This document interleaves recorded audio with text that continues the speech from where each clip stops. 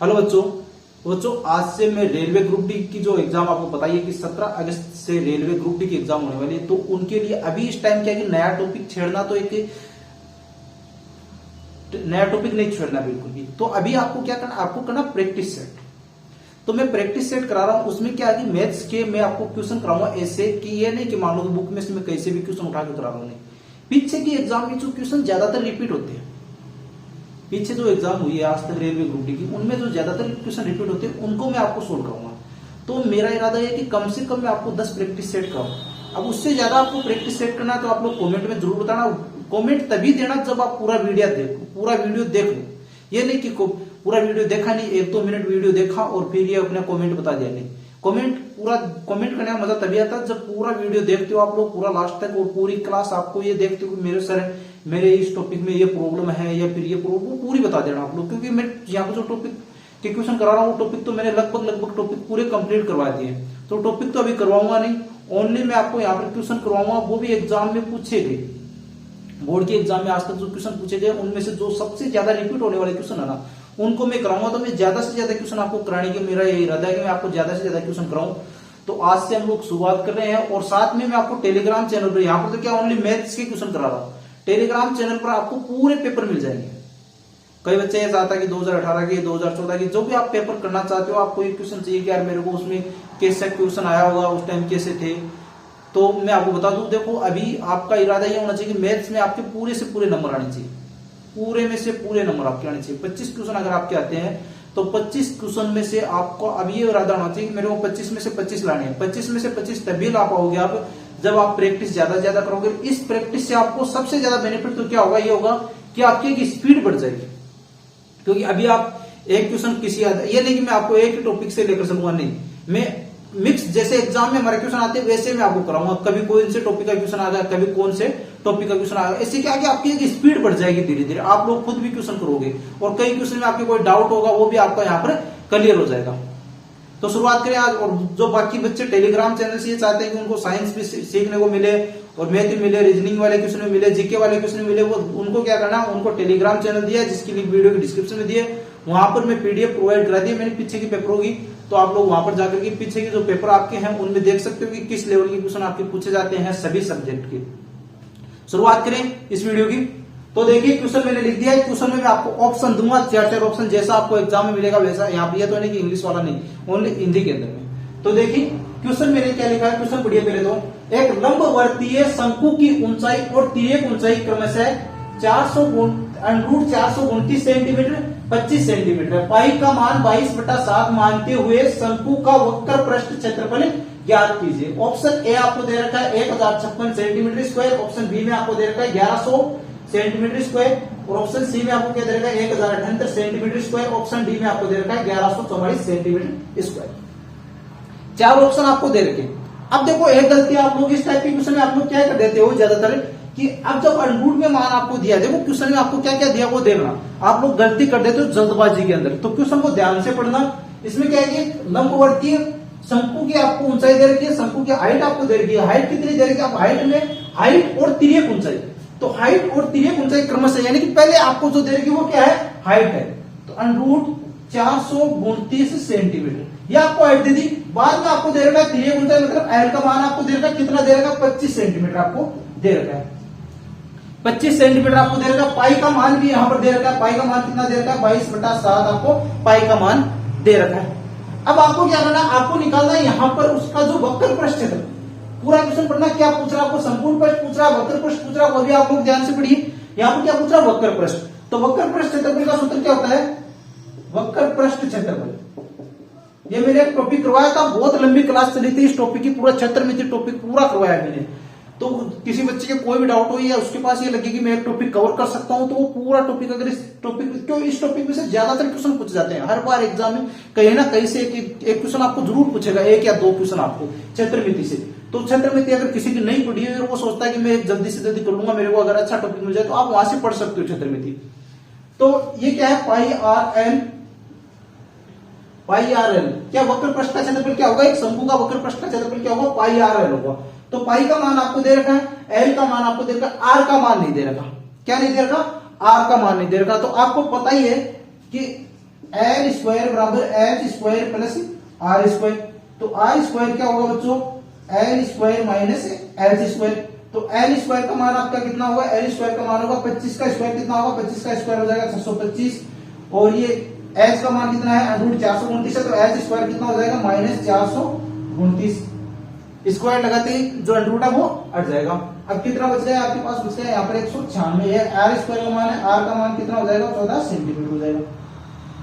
हो गए, ये आपका क्लियर हुआ। आर का मान भी आपको मिल गया और एल का मान भी आपके पास है, पाई का मान भी आपके पास है, आर का मान। अब यहाँ पर आप लोग गलती क्या करते हो, कई बच्चे जो वो मैं एक आपको माइनर जो गलती बच्चे करते हैं वो मैं आपको बता देता हूँ कि सबसे ज्यादा बच्चे गलती कहां पर करते हैं। सबसे ज्यादा बच्चे गलती यहाँ पर करते हैं, ये देखो यहाँ पे इसको दे रखी है अंडरूट में मान दे रखा है, तो वो सोचेगा कि यार एल वाला जो मान है वो अंडरूट में दे रखा है। पहले यहाँ ध्यान से पढ़ लेना कि ऊंचाई और तिर्यक ऊंचाई क्रमश है, ऊंचाई और तिर्यक ऊंचाई। पहले किसको दे रखा, ऊंचाई को दे रखा है, तो ये मान किसका है, ऊंचाई का है। और तिर्यक ऊंचाई को यहाँ पर 25 सेंटीमीटर है।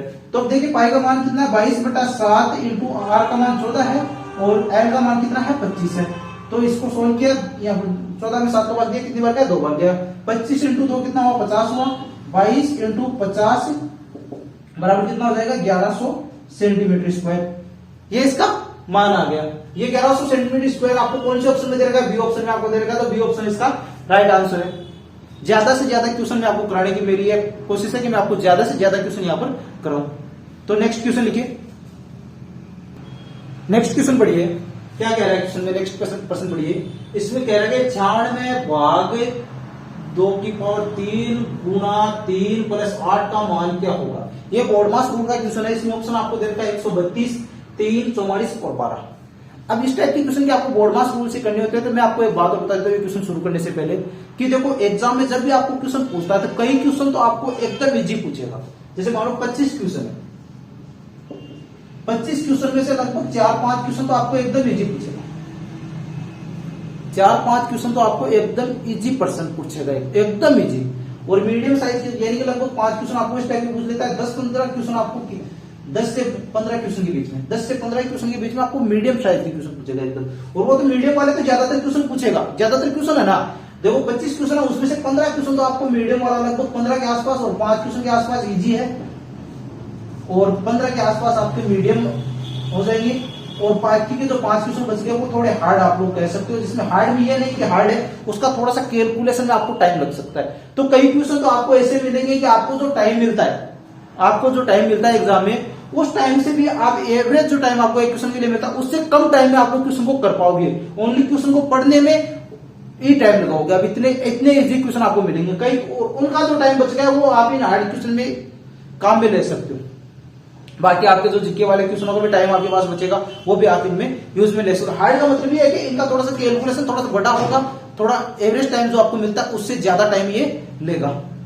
समझ गए। तो फिर भी देखो 25 क्वेश्चन आपके 25 में से 20 क्वेश्चन तो आप आराम से जो आपको टाइम मिल रहा है उस टाइम में आराम से कर सकते हो। 5 क्वेश्चन है तो बच्चों आप ज्यादा से ज्यादा टारगेट ये करना कि मेरे को जो बाकी क्वेश्चन में आप टाइम बचाकर चलना, तो जो आपके 5-4 क्वेश्चन जो हार्ड आते हैं उनमें आप आराम से उनको टाइम दे पाओ। तो अब देखिए ये क्वेश्चन एकदम इजी क्वेश्चन है, एकदम ज्यादा बड़ा हार्ड क्वेश्चन नहीं है। तो इसमें क्या है, आपको 96 भाग 2 की पावर 3, 96 भाग 2 की पावर 3 गुणा 3 प्लस 8। तो इसमें आपको मैंने बताया था बोर्डमास रूल एक बार और रिपीट कर देता हूं। बोर्डमास रूल का मैंने एक अलग सेपरेट वीडियो बनाया है। इसका बी का मतलब हो गया ब्रैकेट, ओ का मतलब हो गया ओ, डी का मतलब हो गया डिवाइड, एम का मतलब हो गया मल्टीप्लाई, ए का मतलब ऐड और एस का मतलब सब्सट्रैक्ट। समझ गए। बोर्डमास रूल के अकॉर्डिंग इस क्वेश्चन को हम लोग सोल्व करेंगे। तो कई बार बच्चे क्या करते थे, यार ये 3 और 8 नजदीक है, इन दोनों को आपस में जोड़ दो, बाद में गुणा भाग तो बाद में करते रहेंगे। ये गलती बिल्कुल भी मत करना। बोर्डमास रूल के अकॉर्डिंग चलना। तो यहाँ पर क्या देता है 96 भाग 2 की पावर 3 का मतलब क्या होता है 8 होता है गुणा 3 प्लस 8। तो 96 में 8 का भाग 2 कितना हो जाएगा 12, 12 इंटू 96 होता है ना, 12 इंटू 3 प्लस 8, 12 3 36 प्लस 8 बराबर 44। 44 कौन से ऑप्शन में आपको मिल रहा है, इस ऑप्शन में आपको सी नंबर ऑप्शन में, ये इसका राइट आंसर हो गया। तो बोर्डमास रूल मैंने अलग सेपरेट भी आपको कराया है, तो बोर्ड मार्क्स होगा, थोड़ा सा वहां से देख लेना। अगर आपको नहीं आता है तो बहुत अच्छी बात है। प्रैक्टिस रेगुलर करते रहना। और टेलीग्राम चैनल की भी लिंक वीडियो के डिस्क्रिप्शन में दी है, उसको भी सब्सक्राइब कर लो। उस पर आपको क्वेश्चन आपको ज्यादा से ज्यादा प्रोवाइड करा रहा हूं, तो आप ज्यादा से ज्यादा क्वेश्चन वहां पर प्रैक्टिस कर सको। चलो फिर नेक्स्ट क्वेश्चन लिखिए। क्वेश्चन पढ़िए, निम्नलिखित में से कौन सा √2 के निकटतम है? ए है 1.4142135 बी में आपको क्या दे रखा है 1.4142135 सी में आपको ये बी दे रखा है, ये आपको सी दे रखा है। यहाँ पर सी में आपको क्या दे रखा है 1.4142135 है। इसमें डी में आपको क्या दे रखा है 1.4142135। अब कई बच्चे क्या होता है जल्दबाजी में होते हैं, जैसे उनकी कोई ट्रेन छूट रही है, बस छूट रही है, वो क्या करते हैं क्वेश्चन को पढ़ा पूरा भी नहीं पढ़ते। क्या √2 का मान आता है शुरू में 414 आता है, बस इसमें पहले वाले में मिल गया, दूसरे वाले में एक पूरी लिखा पड़ी, उनको ये नहीं दिख रहा कि चारों लगभग सेम है, जिनमें सिर्फ लास्ट का डिजिट अलग है। तो ये क्वेश्चन आपको देखो, इसमें कोई सोल्व करने वाली तो कोई बात है नहीं इसमें। तो सोल्व करने बैठोगे तो ये मान आपको पता ही है √2 का मान आपको। अब देखो ऐसे क्वेश्चन एग्जाम में पूछे जा सकते हैं, तो ये इसका राइट आंसर है। ये क्वेश्चन कौन से होते हैं? बिना पेन चलाने वाले क्वेश्चन होते हैं। 1.4142135 तो लास्ट में 6 आएगा। 6 पर जाकर के गाड़ी अटक जाती है। कहां पर जाकर के? 6 पर जाकर के गाड़ी अटक गई। समझ गए? ये ध्यान में रखना, √2 का निकटतम मान एकदम √2 का आपको। अब देखो पॉइंट के बाद में कितने मान दे रखे हैं, पॉइंट के बाद में 8 डिजिट तक दे रखा आपको। समझ गए? चलिए भाई नेक्स्ट क्वेश्चन पढ़िए, निम्नलिखित में से कौन सी संख्या पूर्ण वर्ग नहीं है? फर्स्ट ऑप्शन आपको दे रखा है 30,625, सेकंड ऑप्शन आपको क्या दे रखा है 38,416 और थर्ड ऑप्शन आपको क्या दे रखा है 34,967 और डी चौथा ऑप्शन आपको क्या दे रखा है 40,804। 4 ऑप्शन आपको दे रखा है। इनमें से ये पूछ रहा है कि इनमें से पूर्ण वर्ग कौन सी संख्या ऐसी है जो पूर्ण वर्ग नहीं है।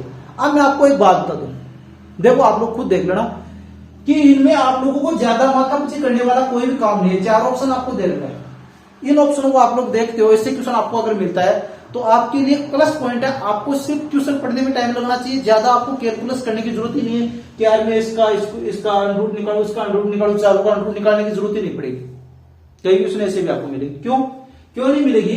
कि इसमें आपको ये 7 मिल रहा है। कहीं आपने देखा है कोई पूर्ण वर्ग संख्या जिसका इकाई अंक 7 हो? देखा कहीं आपने? बिल्कुल भी नहीं देखा। देखो खुद देख लो, चाहे आप लोग प्रैक्टिस करके देख लेना।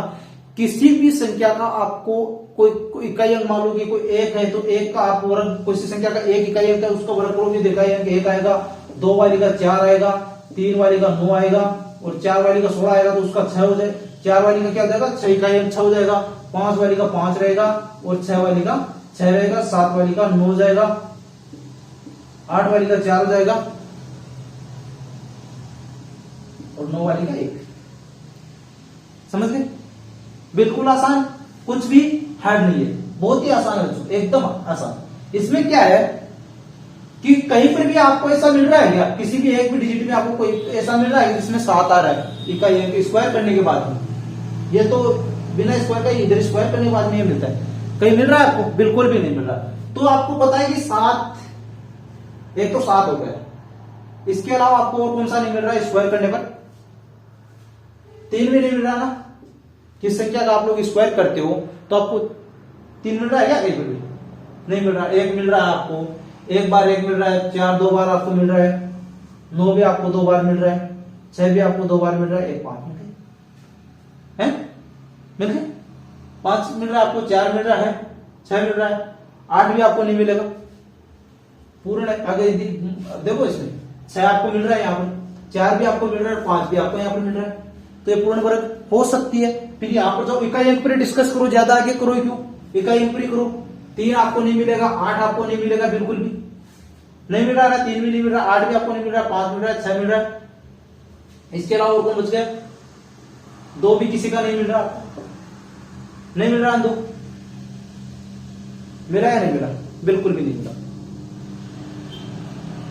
5 आपको देखो 2 नहीं मिल रहा है, 3 नहीं मिल रहा है, 4 आपको मिल गया, 5 आपको मिल गया, 6 आपको मिल गया, 7 भी नहीं मिल रहा है, 8 भी आपको नहीं मिलेगा। देखो इनमें से किसी में 8 क्या नहीं है, 9 आपको मिल ही गया, 1 आपको मिल ही गया। तो कितने, एक ये 5 डिजिट ये तो रिपीट हो रहे हैं ना, एक वाले रिपीट हो गए, 4 वाले रिपीट हो गए, 9 वाले भी रिपीट हो गए, 6 वाले भी रिपीट हो गए, 5 तो ये आगे, 4 ये बच गए, और 0 का तो वो 0 वाले के साथ रह गए। तो इसमें आपको देखो, ये अगर इनमें से कोई भी, देखो ये मैं आपको ये चीजें क्यों बता रहा हूं कि आपको प्रैक्टिकली अगर कोई चीज बता दे तो उसमें आपको ज्यादा टाइम नहीं लगेगा। आपको किसी संख्या में ऐसे इनमें से अगर कोई मिल जाता है इकाई अंक और ये कहते हैं कि पूर्ण वर्ग है या नहीं है, तो आप ध्यान रखना कभी भी किसी भी संख्या का पूर्ण वर्ग होने पर 3 इकाई अंक नहीं आएगा, ना ही 8 आएगा, ना ही 2 आएगा, ना ही 7 आएगा। पूर्ण वर्ग अगर वो है तो इसमें इकाई अंक की 7 इसमें दे रखा है 34,967। तो इसमें ये पूर्ण वर्ग संख्या नहीं है। क्यों नहीं है? ऐसे क्वेश्चन अगर आपको मिलते हैं तो ध्यान से देख लेना, बाकी को आपको सोल्व करने की जरूरत ही नहीं पड़ती बिल्कुल भी। और कई बार क्या होता है कि एक तो पूर्ण वर्ग नहीं है, दूसरा तो उसमें क्या होता है क्वेश्चन गलत हो जाता है वहां पर। कई बार आपको एग्जाम में कई बार क्वेश्चन दे देता है तो उसमें क्वेश्चन गलत हो जाता है। कई बार आपको मान लो कि एक 8 वाला भी दे दिया तो 2 ऐसे हो गए, दोनों आप, हाँ इतना जरूर है कि 2 ऑप्शन दे दे फिर ये दे दे, दोनों इनमें से कोई नहीं, तब अलग बात है। यदि 2 सही दे दे 2 गलत दे दे, फिर कौन सा आप प्रायोरिटी लोगे? किसी की भी नहीं लोगे। पर उसके बाद में आगे की बात आती है, प्री में वो बाद में बात आगे की आती है। बस यहां पर सिर्फ पूर्ण वर्ग नहीं है, पूर्ण वर्ग नहीं है, तब आपको इतना ही करना है, तब आपको इतना ही करना है। चलो फिर नेक्स्ट क्वेश्चन पढ़िए बच्चों। एक विद्यालय में लड़कों और लड़कियों की संख्या का अनुपात 8:11 है। यदि विद्यालय में विद्यार्थियों की संख्या 399 हो तो उनमें से लड़कों की संख्या क्या है? ऑप्शन नंबर ए में आपको दे रखा है 184, ऑप्शन नंबर बी में आपको दे रखा है 168, ऑप्शन नंबर सी में आपको दे रखा है 176 और ऑप्शन नंबर डी में आपको क्या दे रखा है 160। ये 4 ऑप्शन आपको दे रखा है। अनुपात वाला क्वेश्चन है, मैंने आपको पहले बता दिया था कि मैं ये एक ही टॉपिक को लेकर नहीं चलूंगा, सभी में से मिक्स क्वेश्चन आपको कराऊंगा। कई क्वेश्चनों में से आपको देखो, जैसे बोर्ड एग्जाम आपको ये लगेगा ये रियल में एग्जाम दे रहे हैं हम लोग, तभी प्रैक्टिस सेट होता है पर्टिकुलर सब्जेक्ट की। क्योंकि इसमें क्या आपकी स्पीड भी बढ़ जाएगी। आज वाले वीडियो में आपको दिक्कत आएगी, नेक्स्ट वाले थोड़ी कम आएगी दिक्कत, उसके बाद में आपकी धीरे धीरे आपकी स्पीड बढ़ जाएगी। मैं धीरे धीरे आपके क्वेश्चन भी मैं आपको बढ़ाता जाऊंगा धीरे धीरे। क्वेश्चन में क्या कह रखा है आपको? लड़कों और लड़कियों की संख्या, बॉयज और गर्ल्स, इनका अनुपात आपको क्या दे रखा है? 8:11 आपको दे रखा है, 8:11 दे रखा है आपको। अब क्या दे रहा है? टोटल स्टूडेंट आपको कितने बता रखे हैं? यहाँ पर टोटल स्टूडेंट्स आपको कितने बता रखे हैं? यहाँ पर 399 बता रखे हैं। टोटल स्टूडेंट्स कितने हैं? 399 हैं। अब उनमें से आपको क्या पूछ रहा है कि इसमें लड़कों की संख्या कितनी है? लड़कों की संख्या कितनी है? तो लड़कों का अनुपात आपको क्या दे रखा है? 8 दे रखा है। और दोनों का अनुपात का अगर योग करेंगे तो हमारे पास कितना आएगा? 8 + 11 आ जाएगा 19। फिर इसको गुणा किससे करना है? 399 से करना। अगर आपको बॉयज की संख्या निकालनी हो और अगर गर्ल्स की निकालनी हो तब क्या करोगे? 11 में भाग देंगे। 8 की जगह क्या लिखेंगे? 11 लिखेंगे। जिसका निकालना उसको ऊपर लिख देना और टोटल योग करके नीचे भाग देना। फिर जो आपको टोटल स्टूडेंट जो देंगे उनसे आपको मल्टीप्लाई कर देना है। 19 का भाग 399 में दोगे कितनी बार जाएगा? 21 बार जाएगा। 21 को 8 से मल्टीप्लाई कीजिए, 168 ऑप्शन आपको ये मिल रहा है। 168 ऑप्शन कौन सा मिल रहा है आपको? ये मिल रहा है। बी ऑप्शन क्या है? 168 दे रखा है। तो एकदम राइट आंसर क्या है इसका? 168 है। देखो, कोई भी क्वेश्चन आपके लिए हार्ड नहीं है, बस प्रैक्टिस आपको करनी होगी।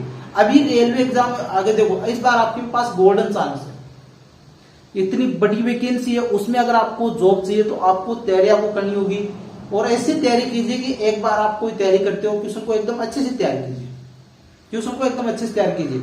और आप ये नहीं होना चाहिए यार मैं जो पढ़ा भूल गया, रटना तो आपको बिल्कुल भी नहीं है, समझना है। बस समझ करके करोगे, प्रैक्टिस आपकी धीरे धीरे बन जाएगी। जितने ज्यादा प्रैक्टिस सोल्व करोगे आपको उतना ही ज्यादा बेनिफिट होगा। अब इसमें यह नहीं है कि मैं आपको ये करा रहा हूं कि आप एग्जाम में बैठोगे और मैंने आपको 10 क्वेश्चन कराए, 10 के 10 आपके एग्जाम में, नहीं, बिल्कुल भी नहीं। जैसे क्वेश्चन मैं आपको करा रहा हूं वैसे क्वेश्चन आपको मिल गए, एकदम अच्छा काम हुआ। आपको सूत्र आपको पता है, फॉर्मूला आपको पता है, कैलकुलस आप कर लोगे।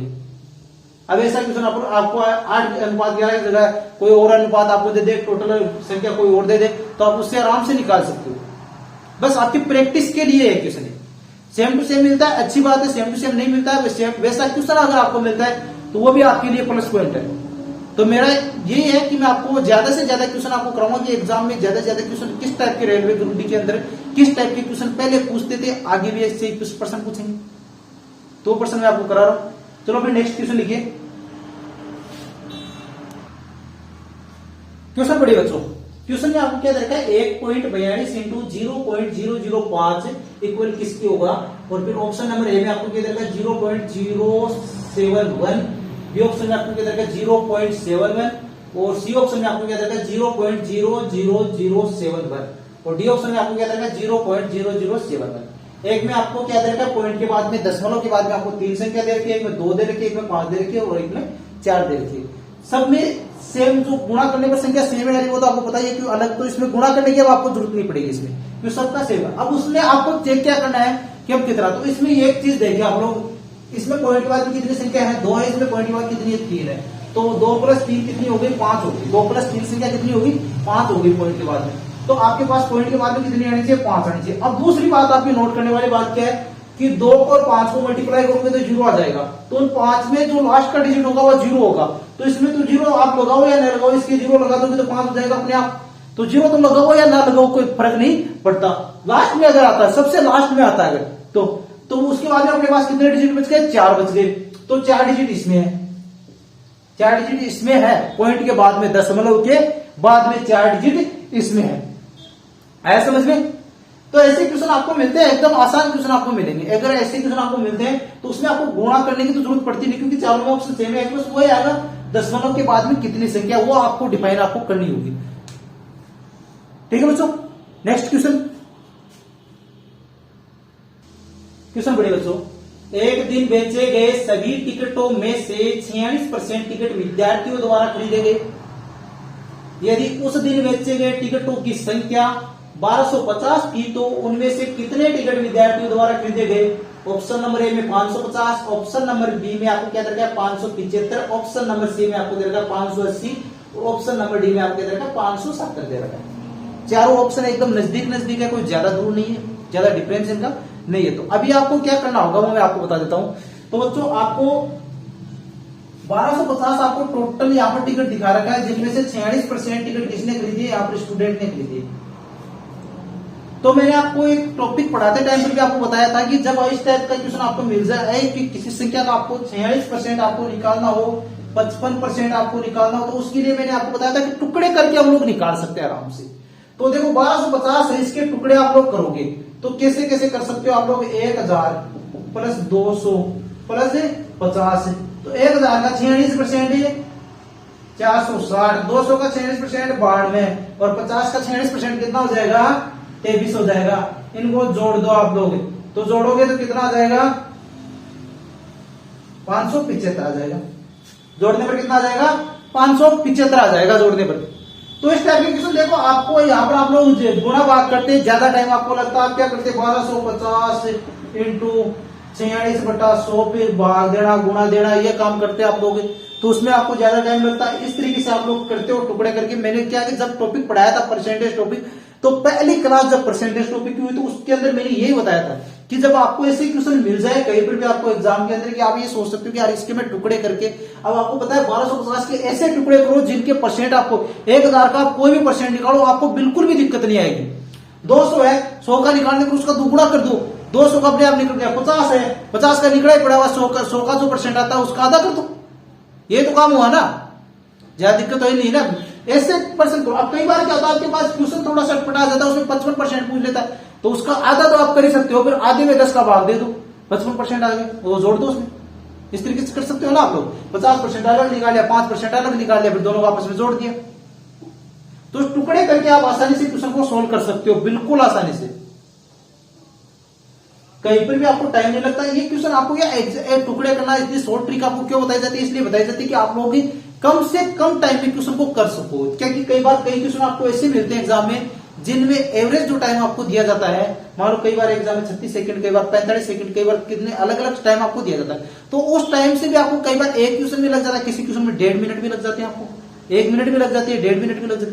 वो टाइम कहां से लाओगे आपको, इस टाइप के जो क्वेश्चन आपको मिलते हैं उसमें से आप वो टाइम कवर करोगे कि इनमें टाइम बचा लोगे। आपको पता है कि ज्यादा बड़ा कैलकुलस करेंगे, इसमें अगर 1 मिनट लगा दी तो आप क्वेश्चन अटेंड नहीं कर पाओगे, फिर आपको धोखा होगा कि यार वो क्वेश्चन तो सरल था मेरा छूट गया।